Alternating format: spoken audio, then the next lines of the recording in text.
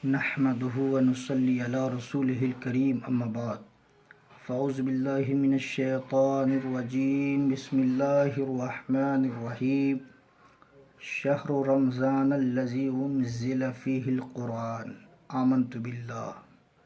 محترم دوستو، آج میں آپ تک قرآن مقدس کی فضائل اور اس کی آداب تلاوت کیا ہے پہنچانا چاہتا ہوں، کیونکہ ابھی جو ہمارے اور آپ کے درمیان سے مہینہ رخصت ہوا وہ قرآن مقدس کی نزول کا مہینہ تھا۔ یہ رمضان المقدس کا مہینہ جو گزرا ہے، اسی مہینے میں قرآن مقدس کا لوح محفوظ سے آسمانی دنیا پر نزول ہوا تھا، اور پھر وہاں سے طبقاً جیسی ضرورتیں پڑی قرآن مقدس کا نزول ہوتا رہا۔ قرآن مقدس پڑھنے کی فضائل کیا ہے؟ قرآن مجید یہ اللہ تبارک و تعالی کا کلام ہے، اس پر اسلام اور احکام اسلام کا دار و مدار ہے۔ اس کے معنی و مفہوم کو سمجھنا، معنی و مطالب میں غور و فکر کرنا، یہ موجب نجات ہے۔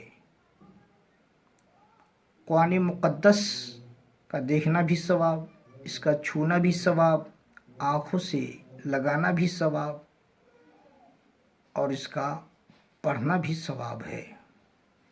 نبی کریم صلی اللہ تعالیٰ علیہ وسلم نے ارشاد فرمایا، تم میں سب سے بہتر وہ ہے جو قرآن پڑھے اور قرآن کو پڑھائے۔ آقا کریم صلی اللہ تعالیٰ علیہ وسلم نے سب سے بہتر اس سے بتایا جو قرآن کو پڑھے اور قرآن کو پڑھائے۔ لیکن آج دنیا میں رہنے والے لوگ انہیں ہی برا بھلا کہتے ہیں جو قرآن کو پڑھاتے ہیں اور قرآن کو سکھاتے ہیں۔ ایک اور حدیث میں نبی کریم صلی اللہ تعالیٰ علیہ وسلم نے ارشاد فرمایا، قرآن کی فضیلت بیان کرتے ہوئے، کہ جو شخص سورہ واقعہ یہ قرآن مقدس کے 27ویں پارے سورہ رحمان کے بعد ہے، جو شخص سورہ واقعہ کو رات میں پڑھے گا وہ کبھی فاقہ سے نہ مرے گا، وہ محتاج نہ ہوگا، بلکہ اللہ تبارک و تعالی اس کی غیبی مدد فرماتا ہے۔ جو شخص سورہ کہف کو جمعے کے دن پڑھے گا تو اس کے مابین 2 نور روشن ہوں گے۔ جو شخص قرآن مقدس کے اندر ایک ایسی سورہ ہے جس کے اندر 30 آیتیں ہیں، جو انسان اس سورہ کی تلاوت کرے گا وہ سورہ اس کی شفاعت کرے گا، اور وہ سورہ ملک ہے، اس کے اندر 30 آیتیں ہیں۔ جو انسان اللہ کی رضا کے لیے سورہ یاسین کو پڑھے گا، اللہ تبارک و تعالی اس کی گناہوں کو معاف فرما دے گا۔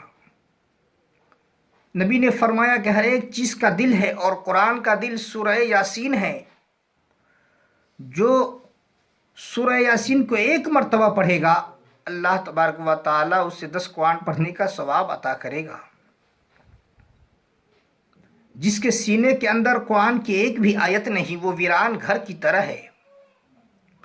اور حضرت علی سے روایت ہے، جس نے قرآن کو پڑھا اس کے حلال کو حلال سمجھا، اس کے حرام کو حرام سمجھا، اس کے خاندان میں سے 10 لوگوں کا جس کا نام جہنمی کے لسٹ میں لکھ دیا گیا ہوگا، وہ حافظ قرآن، وہ عالم قرآن رب کی بارگاہ میں سفارش کرے گا، پروردگار یہ ہمارے آباء و اجداد ہے، یہ ہمارے خاندان والے ہیں۔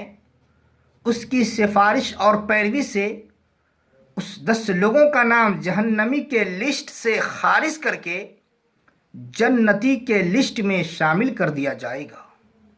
جو انسان آیت الکرسی، ہر روز نماز کے بعد پڑھے اور سونے کے وقت رات میں پڑھے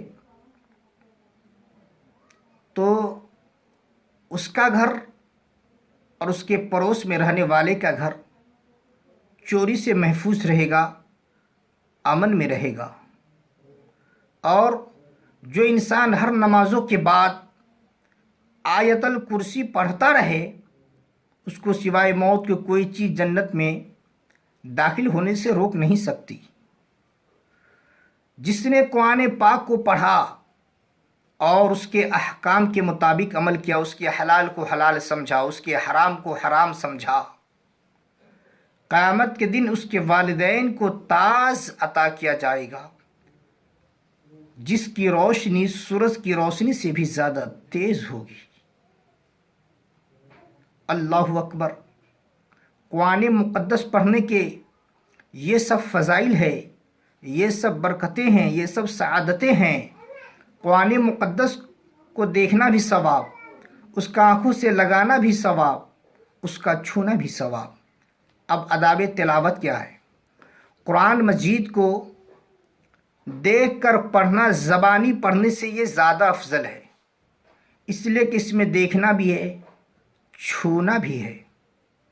آج ہمارے معاشرے کے اندر ایک بات یہ بھی ہے، انسان قرآن مقدس کی تلاوت کر رہا ہوتا ہے، اگر وہ کسی کام کے لیے جائے تو قرآن کو بند کر دیتا ہے، یہ اس کی عزت ہے۔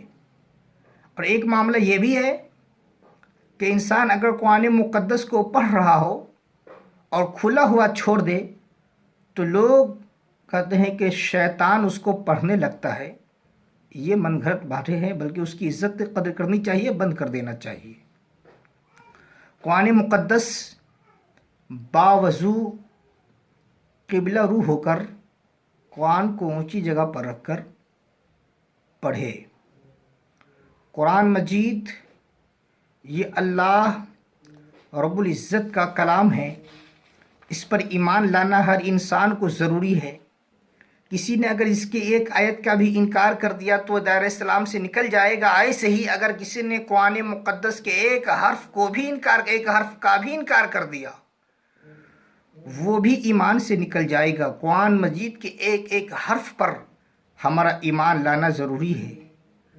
بلکہ نبی نے تو یہاں تک فرما دیا قرآن کے فضائل بیان کرتے ہوئے کہ جس نے صرف الف لام میم کو پڑھا تو اس کے اندر صرف ایک ہی حرف نہیں بلکہ 3 حروف ہے۔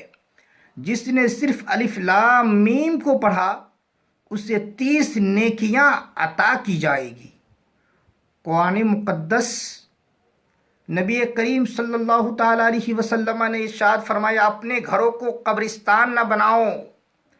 جس گھروں میں قرآن پڑھا جائے، سورہ بقرہ کو پڑھا جائے، شیطان اس گھر سے بھاگ جاتا ہے۔ اس لیے اے لوگو، ہم اپنے گھروں میں قرآن کو رکھ کر طاقوں میں صرف زینت کے طور پر نہ رکھے، بلکہ اسے اپنے گھروں میں قرآن پڑھتے بھی رہے، اپنے بال بچوں کو پڑھنے کی تنبیہ بھی کرتے رہیں، اور تاکہ اس کے ذریعے سے ہمارے گھروں میں برکتیں ہو، شیطان وغیرہ ہو تو ہمارے گھروں سے بھاگ جائے۔